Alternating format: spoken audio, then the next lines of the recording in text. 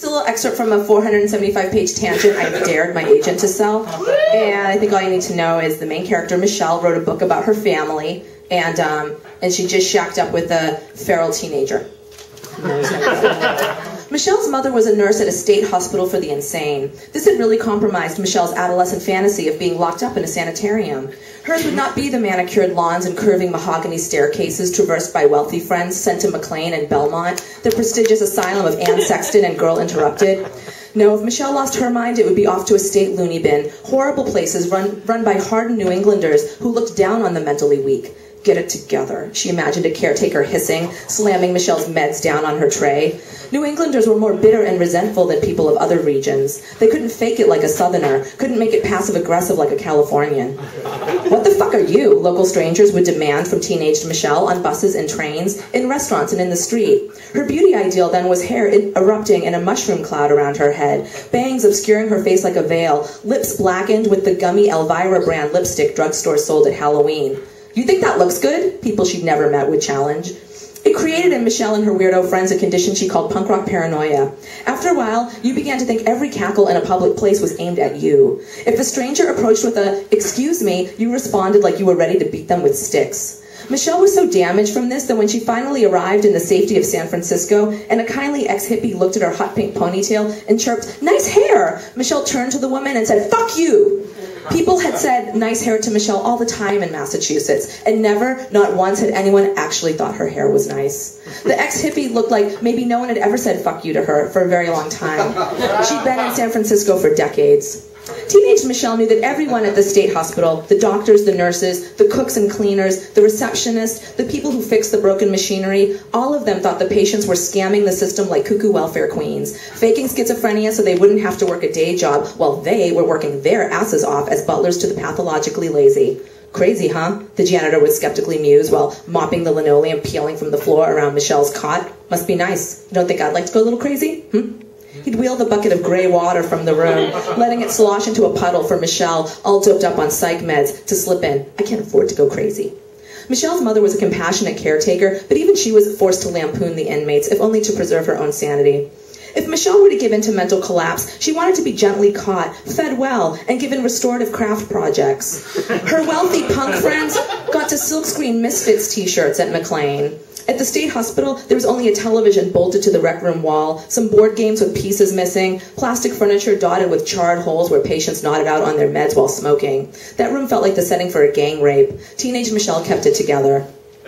The people who read Michelle's book, who knew about her family and interrupted to tell her so when she spoke of them, clammed Michelle up in hot embarrassment.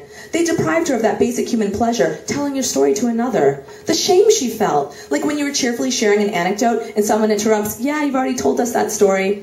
You are repeating yourself. You cannot stop talking. You are so checked out, you cannot remember what you have said to whom. You are so self-involved.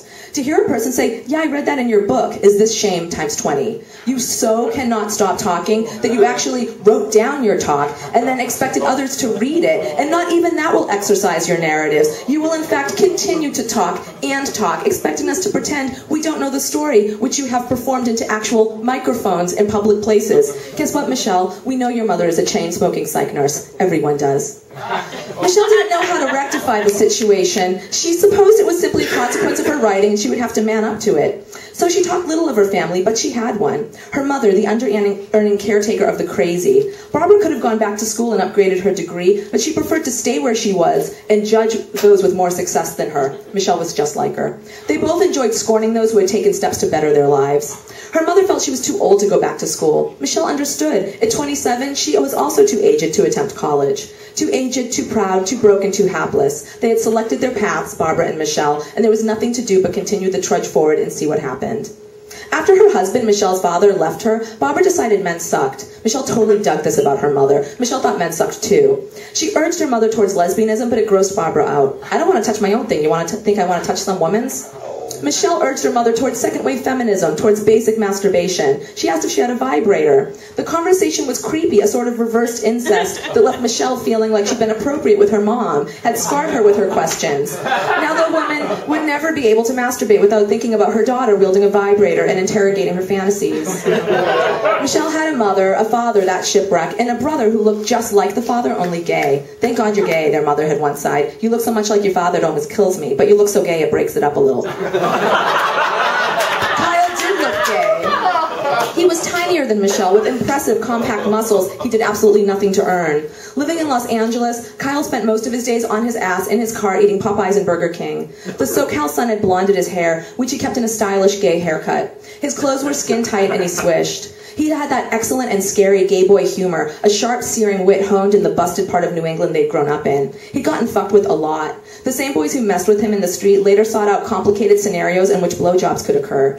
It had germinated in Kyle a love for rough trade, for macho, bi-curious straight dudes, self-loathing faggoty thugs, and Craigslist DL hookups. Michelle had the equivalent tastes, morphed to fit her particular lesbian lifestyle. Kyle would totally understand why she was with Persephone, keeping the moody teen the way one keeps an illegal leopard or an ocelot.